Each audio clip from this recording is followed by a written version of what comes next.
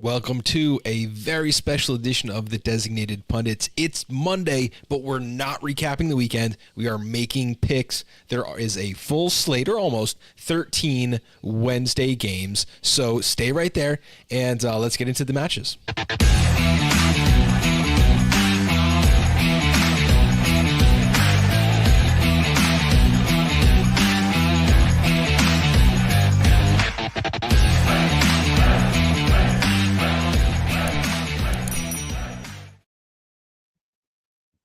As another technical issue, right in the middle of my introduction, I usually mute YouTube before I go live so I can monitor it, but not hear myself.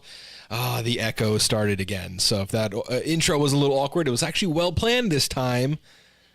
But, best laid plans. It is what it is. Let's take a look at talking about best laid plans. We just got through a pretty good Major League Soccer sports betting week. That is for Scott anyway. I was just over 0.13 units. Deon had a rough week. And the show, minus 0.33 units on the week. So, slight downturn. But if you want to look at the total bets, 3-3, I was up 0.13 units. Scott, 1.22 units in the plus. You're on a little bit of a hot streak here. You're over 4.5 units over the last two match days, and that is going to bring you to 23-24 on the season, up 1.55 units. I feel like you are trending in the right direction, digging yourself out of that hole. Myself, 10.10 units in the positive, 39 and 31. If you look at our show's combined picks, 103 and 101 on 204 wagers, up 9.95 units on the season. We just can't stay over that 10 line, but we will get there hopefully again. Midweek matches are some of the most unpredictable matches. So we had a whole bunch of guidelines. We need to make sure we're doing all out the window. We have some of the best plays for you here, and none of them are on a time crunch. So let's get into them. The picks aren't on a time crunch, but we are. So let's get into the first set of games. DC United, they're now 3-3-6. NYCFC 5-2-5. They are winning or losing and not drawing at all. Wednesday, 5/14/2025. That is 7:30 p.m. Eastern Time, Audi Field in DC. The odds here are about what you would expect. Home team plus 125, away team plus 185. The draw is at plus 260. Over 2.5 goals, minus 150. Under 2.5 goals, plus 124. I have an official play in this match. So does Deon. It is the same official play. Scott, why don't you just throw your thoughts out on this match? Look, my thoughts are actually well represented by this comment from a viewer here. NYCFC disappointed me big time this Saturday. Yes, they did. Both of these teams were teams that I thought last year gave us something very consistent. This year, not as much. You go into the midweek game, you take even that level of it out. I shied away from this game, but I didn't want to. I wanted to pick something here. And I think originally I wanted to go in the opposite direction that you and Deon went. I thought that this game would probably have some goals. I thought midweek, a little bit more tired. This game's going to actually open up a little bit, be a little bit sloppy. Teams are going to make bad giveaways, and that's going to open up the door for opportunistic players. That would have been my lean. I like that, but not to be. Me and Deon both have under 2.5 goals at plus 124. This is one of those matches that I think it's just going to be cagey. Teams on short rest. There's always travel involved, although in these two cases, not significant distance between the two of them. I have under 2.5 goals. Hitting 54.96% of the time. That's pretty significant, and it gives us a 10.32 percentage advantage over what the sports books are offering at plus 124. Again, when a chance is over 50% and it's at plus 100 or more, you got to make that bet. I think it has a little bit to do with the home-away splits more than the current form of the teams. In a bubble, they're playing at a neutral site. Yeah, of course it's going to go over. NYCFC is going to score 2. DC might find the back of the net once, and that's all you need. So I don't love playing the unders, but midweek, we don't know what's going to happen yet. And it seems like every season is a little different. Last year, there was some wild stuff going on midweek. The season before, they were all like close, chalky matches, the home team winning each and every game. So, I have this game actually set out to be a draw. That's my prediction for the match. Like 1-1 or 0-0 would be perfect, and we would get 2 official wins in on this one. Yeah. The things trending in your favor is that both of these offenses are super low powered. 13 goals apiece for the season in 12 games. That's not very good. And NYCFC have only conceded 14 goals, which is that's elite defense territory.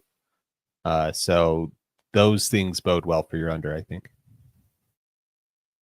Absolutely. When you go to the chat, Adam says this game screams unpredictable, but DC United give the ball away way too much. They do. And NYCFC is kind of only scoring by accident. I know I say that a little lightly, but when you watch like their offensive play, the buildup isn't really making sense to me right now. But what is making sense is like they get a bad turnover. They do one of those sequences where like they should have lost possession 5 times, but the ball just keeps advancing.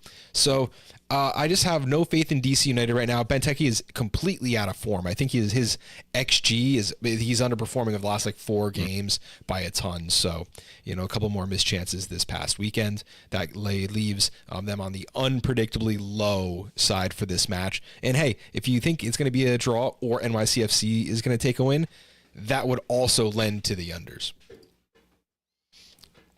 Moving ahead now to Matchday 13. CF Montreal hosting the Columbus Crew. Montreal is 1 win, 3 draws, and 8 losses. Finally getting that win against NYCFC, mind you. This game is at 7:30 at Stade Saputo. Columbus Crew in fantastic form, 7-4-1. However, when I plug this into my sportsbook model, I get some results that you may not really be expecting. And for this one, it was kind of under on goals, but CF Montreal has only played a few home games, and they've had astounding XG numbers. They haven't found the back of the net, but let's take a look at the odds. Plus 210 for the home team, plus 110 for the Crew, and plus 250 on the draw. Over under 2.5 goals, almost even. Minus 122 for over 2.5. Even money for under 2.5 goals. I have a lot of things to say about this match, but I'm going to throw over to Scott first. I'll keep it simple. This was one you talked about this as a hypothetical when we were looking at midweeks. You threw it out, not having looked at the game at all. But you were like, midweek matches, bad teams win. They beat good teams. They beat great teams. Funny that a bad team should be matched up against a great team. I think actually the odds that plus 210 for Montreal at home in this game, I feel like that's in your favor. Should Columbus Crew win this game? Yes. But it's the short rest thing. It's that you don't have a Cucho Hernandez anymore. Diego Rossi is a little bit alone. Yeah, the team is still really good. Yeah, they're second in the East. Yeah, they've scored 20 goals. We've also kind of seen them struggle sometimes when they can't make magic happen. This feels to me like a game where they're going to need to make magic happen because you don't have the full week of rest, because you have to rotate, because you're on the road against a Montreal team who finally have a taste of winning. And so I would choose Montreal. This is exactly what I'm doing. I'm taking Montreal on the draw no bet at plus 140. That's a ridiculous number for a home team. 210 on a Wednesday for the home team. Again, Montreal is, I think they've had better XG numbers than their opponent in every single home match so far this season. They haven't put one in the back of the net. This is one of those that doesn't make sense, but when you put the numbers into the system, it becomes crystal clear. I'm okay losing a midweek bet on a home team that is plus 210. I'm absolutely okay with that. I've done it before. I've lost these bets many times, and it doesn't seem to make sense. But the goal differential for away for Montreal, -8. Home, -2. Okay, they're losing by much less at home. And when we look at the Columbus Crew, you call them a great team, but I think great teams need to go out there and beat somebody. Columbus Crew hasn't beaten anyone yet this year. If you look at the teams they've played, Charlotte, San Jose, they lost to Miami, St. Louis, Montreal, DC, Revolution, Chicago. One of those teams made a statement win. Where's FC Cincinnati on this list? Where is the best teams in the Eastern Conference? it just doesn't exist. So I think that the numbers might be a little deceiving. I love the Crew. I'm not going to make a bet like this any other time. If this was just a regular Saturday game, hell no. But it's not. It's a midweek game, short rest, a little bit of travel involved. I got to take the home team here. Talk about games that don't make sense and we don't want to talk about. Austin FC 5-1-6. They're hosting Atlanta United 2-4-6. And Atlanta United is a team that we talked about in the group chat this week.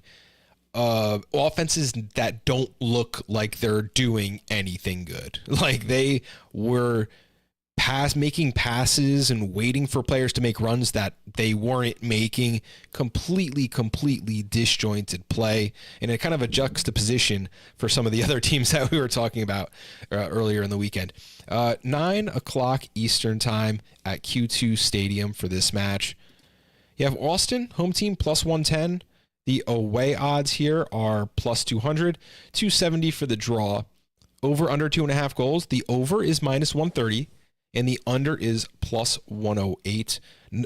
See, all these numbers for like these midweek games there's just not a whole lot to get excited about, Scott. No, there's not a lot to get excited about. And sometimes I look at a game like this and I'm like, anything that I think, it's just like 50-50 at best. Flip a coin. It could go either way. I really wanted to pick on this game, and I really wanted to pick Austin on this game. At home, against Atlanta. Atlanta is not good, just really not good. The offense isn't good. The defense isn't good. They're not going to get better by being on short rest. So I was like, this is an opportunity for Austin. Austin doesn't have to be 100%, and they can still get something out of this game. I kind of struggled to find something I like. I like where you've gone with it. I just wanted a little more coverage. I wanted a double chance, or I wanted a draw no bet or something like that. And I couldn't find anything that I liked in that realm. I am going to check the group chat really quickly here. Thank you guys for tuning in and watching our stuff. I know it's not our usual day, but we're getting after it. Atlanta make their own downfall. I don't get it. Very bad team. Yeah. Scott loves to say, we said this about Galaxy every day. It's a bad collection of good players. Is that the Yeah, that's about right. And I think you're right, because like Foxy here talking about expecting better and Miggy needs to step up. Bob, you said this a lot at the beginning of the season when we look at games with Atlanta. If you just look at these teams on paper, if you just look at that Atlanta roster, you would have really high expectations for that Atlanta roster.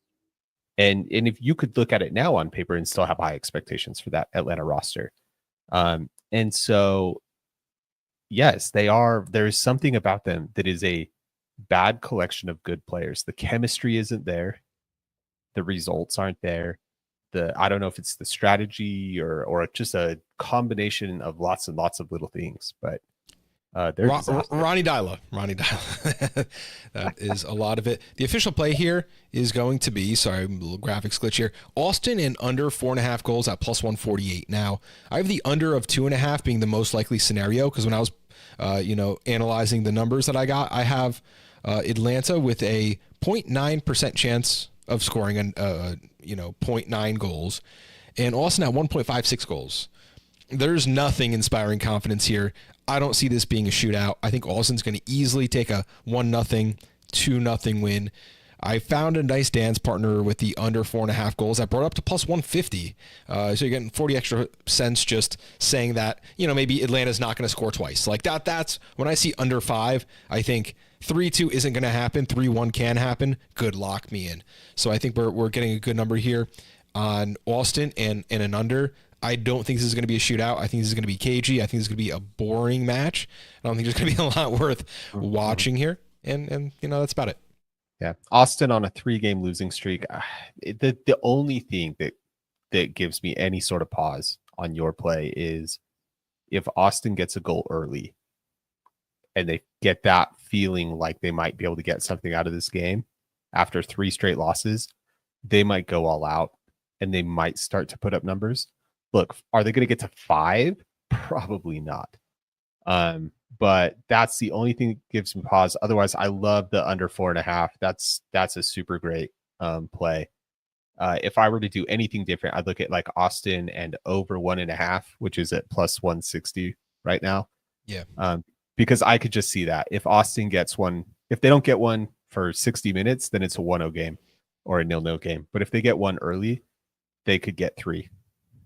Atlanta's only seen the over on 5 goals hit twice this season, and Austin has seen it once, and that was like that Vancouver 5-1 drubbing that they got. There's just not enough offense here for me. Atlanta needs a better midfield and to feed the expensive front. Yeah, I think that's a pretty easily a system thing there. Talking about no goals, Houston Dynamo. 2 wins, 4 draws, 6 losses. This is an 8:30 game at Shell Energy Stadium against Minnesota United. 6-4-2, kind of playing the road warrior game in this, but a lot of travel for this Minnesota team. Got plus 145 for Houston, plus 165 for Minnesota, and plus 240 on the draw. I kind of want to look at the team totals here.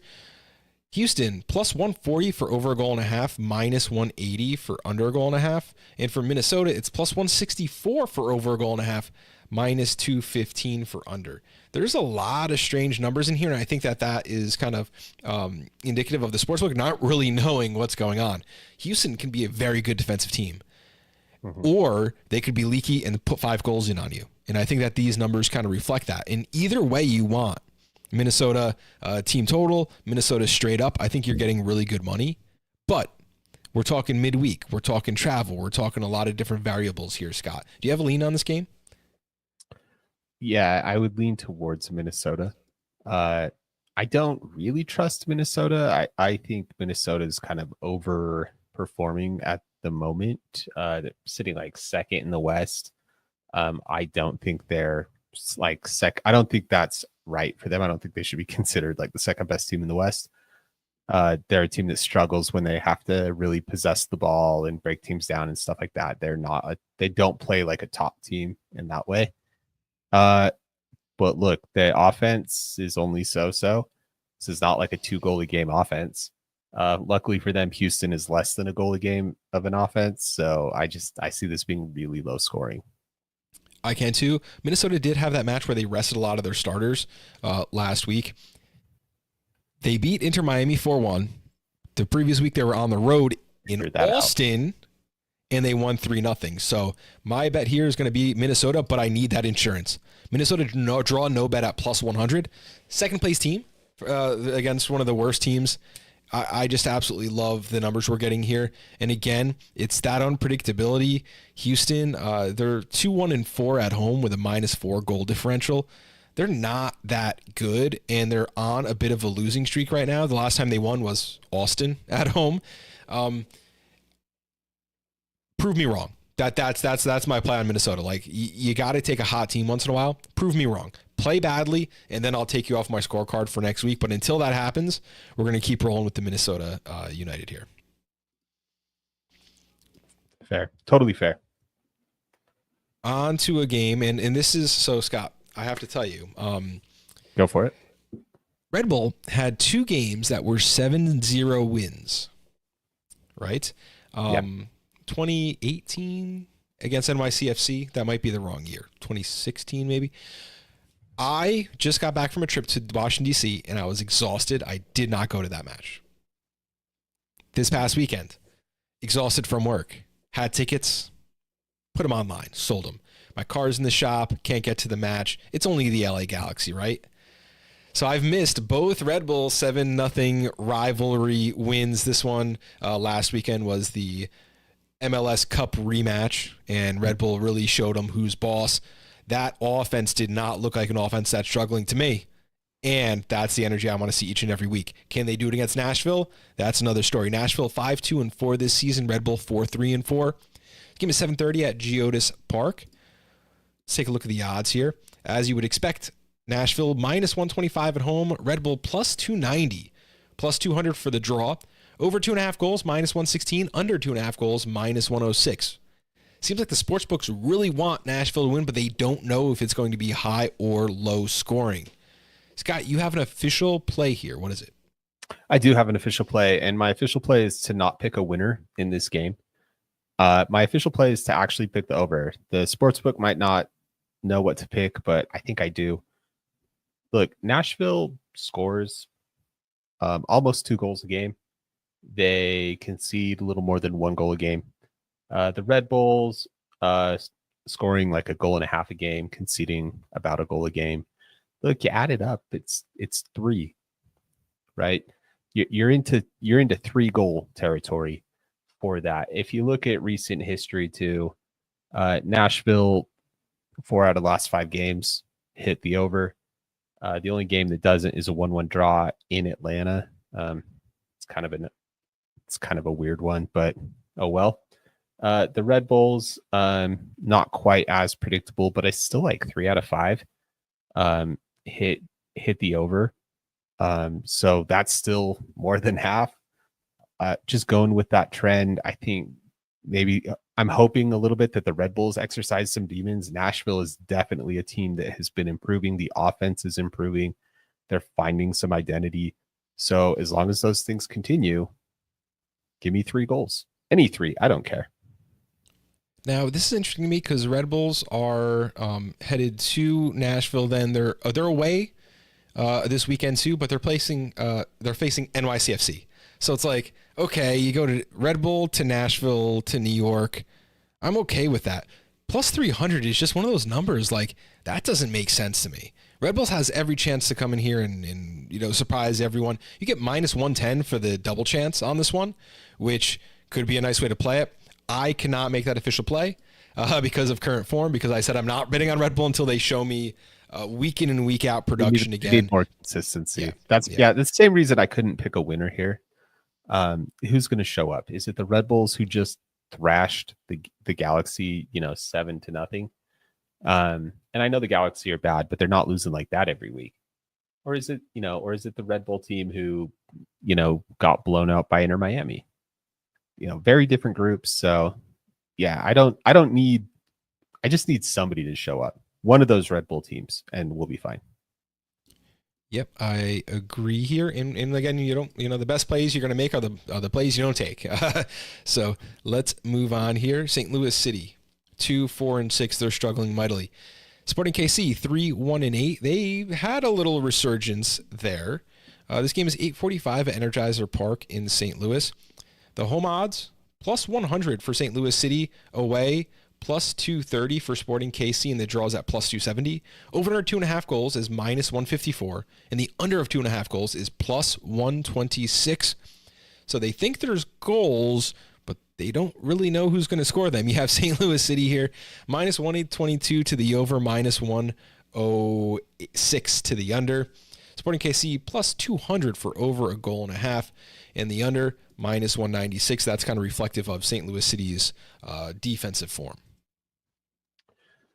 Yeah, and where the sportsbook doesn't know where goals are going to come from, I also don't know where goals are going to come from. Certainly, it's not St. Louis City, whose offense is truly abysmal. They've scored 9 this season, which is bad, really bad. SKC, their defense or their offense is a little better. Sorry, they've scored 17 this season, but if you look at their last 5, they've scored 1. They've scored 1. They scored 1. They scored 5, but that is against the Earthquakes, and that defense, just take that and put it in its whole other category. Exactly. And then they scored 2 against the Timbers, right, in a 4-2 game. So you can kind of put that in another category too. Those open games really inflate numbers. This Sporting KC offense is not that predictable. And if this game stays tight and close and cagey, which St. Louis City needs it to do because they don't have the ability to get into a shootout. So as long as that happens, and this is a rivalry game too, a geographic rivalry game, so both teams will be, not looking to give anything away here. I think that the goals don't actually come in this game. I think it hits the under. And I picked the under 2.5 at plus 125. I see this game a little differently, and it has to do with Sporting KC. They've looked good in bursts, right? And right now they're in this like trap win-loss.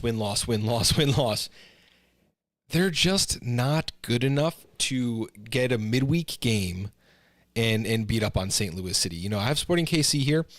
A week ago, they were home against LA Galaxy. Then they went to Portland. Then they went to St. Louis. This weekend, they're going back to San Diego. It's a lot of travel. It's a lot of legs. And Ndebe, the defender for Sporting KC, was taken out of last Saturday's match with a knock. Don't know how severe that injury is going to be, but if you're forced to leave the play of field, I would be struggling to project you to start 3 days from now when you have another game 4 days after that. So for those reasons, I just give a slight edge to St. Louis City. I have them about 1.53. That's a very specific number. It's not about. I have them at 1.53 goals, and I have Sporting KC currently at 0.97 goals. I like the under. I like your bet a lot. I can't see St. Louis City coming out and putting 4 on the board. Could they put 2 and take a 2-0 win?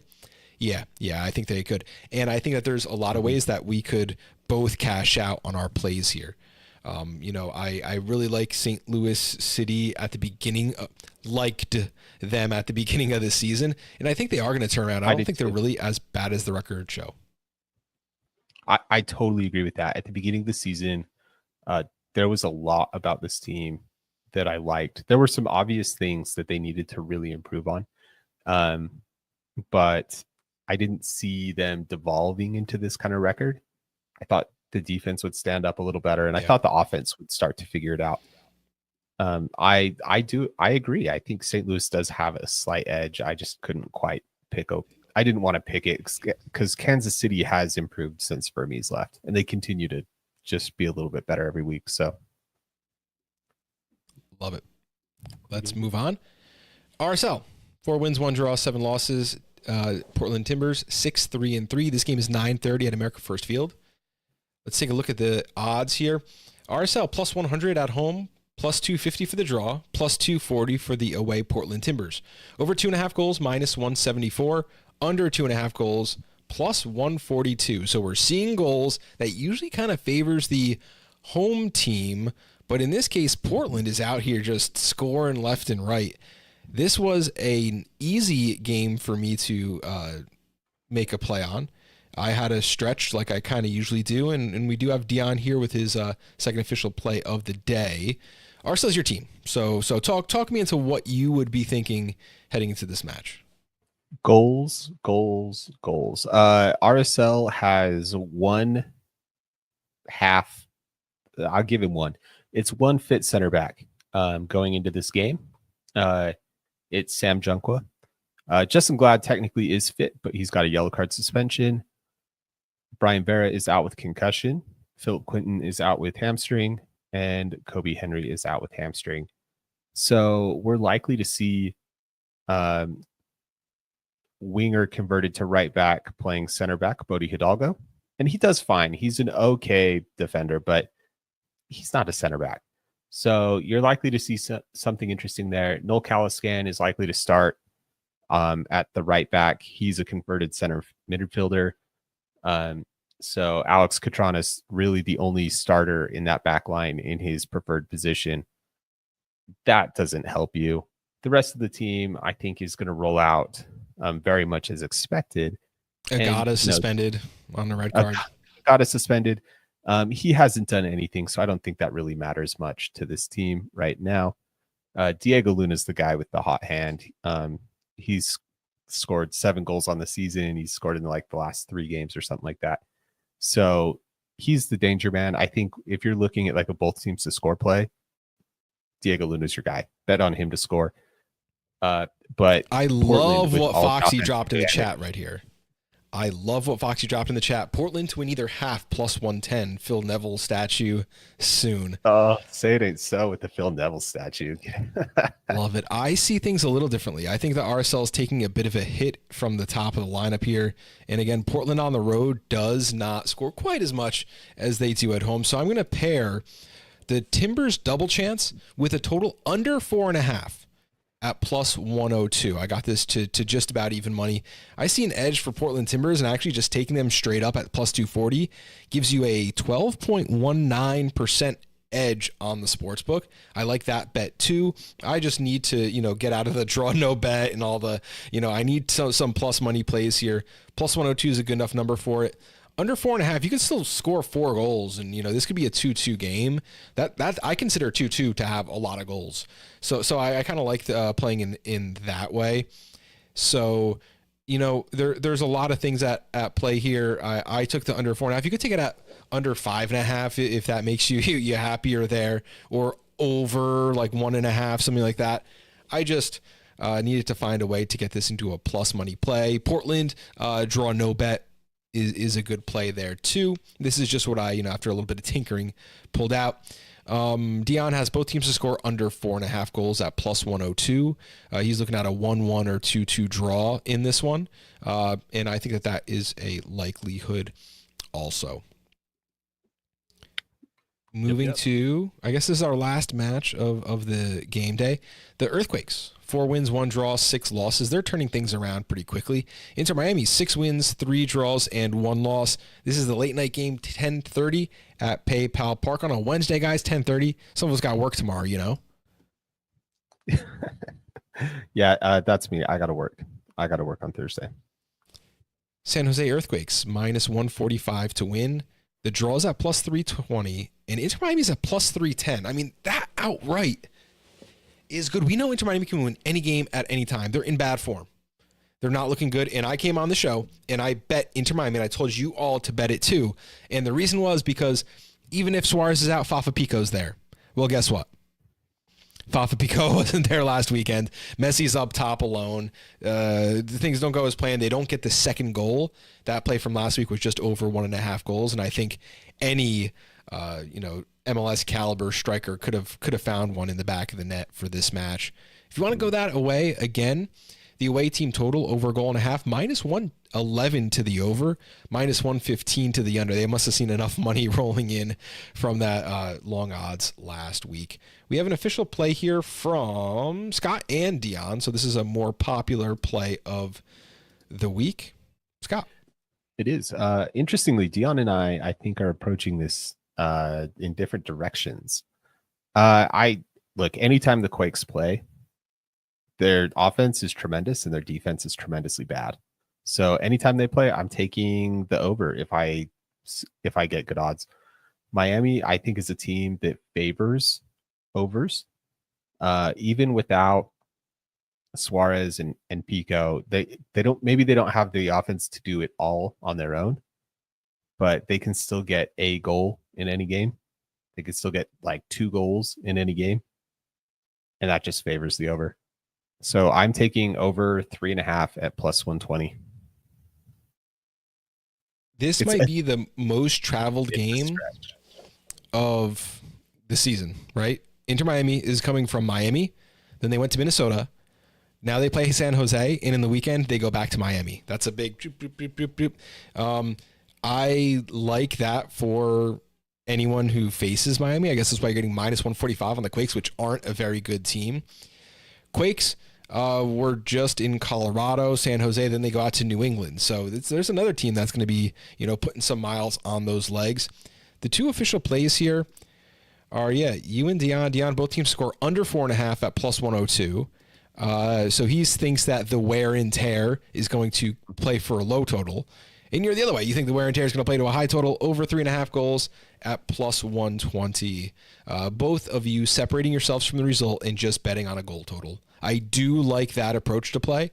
And again, if you really, really needed action here, you could look at like a team total, but it's negative numbers in every direction you can look. All 4, like I can go back one graphic. There are 4 numbers there, over and under, and they're all negative money. It's a dead market there in this particular match. So we're going at it another way, just with goal totals. Yeah, and it's an interesting one. I see where Deon really has come from on this. If with Miami putting in the distance and stuff like that, if they just play a little more conservatively because they don't have the high-powered offense, try and keep it close, I get it. But boy, I do not favor that approach against that Quakes offense. Chicho is a guy that can make his own chances and he can score his own chances. They have plenty of other guys who can contribute. So I really I would not recommend that approach against the Quakes. Yeah. There's one way to figure it out, and that's just by watching soccer this weekend. Twist my arm. I'm going to have to do it. Midweek betting, man, this is where, the men are separated from the boys. And I wish I could tell you that I had it all figured out, but we're going to learn together. We're going to take notes on what we do this week and do it a little better for 2 weeks from now. Next week, there is an Open Cup match midweek, and then there's another weekend, and then another midweek. It's going to get congestion here. Just know Monday nights is either a recap show or a betting show for the next set of games. You guys like those videos better. We get the chats blown up a little more when we make predictions and when we talk about what had happened. So thank you guys for joining us. Make sure you subscribe, hit that like button. If you check us out on Spotify, it's going to help us line our pockets a little bit. You got to watch those ads all the way through. Thank you guys so much for joining us. Thanks for being active in the chat, and we'll catch you next time.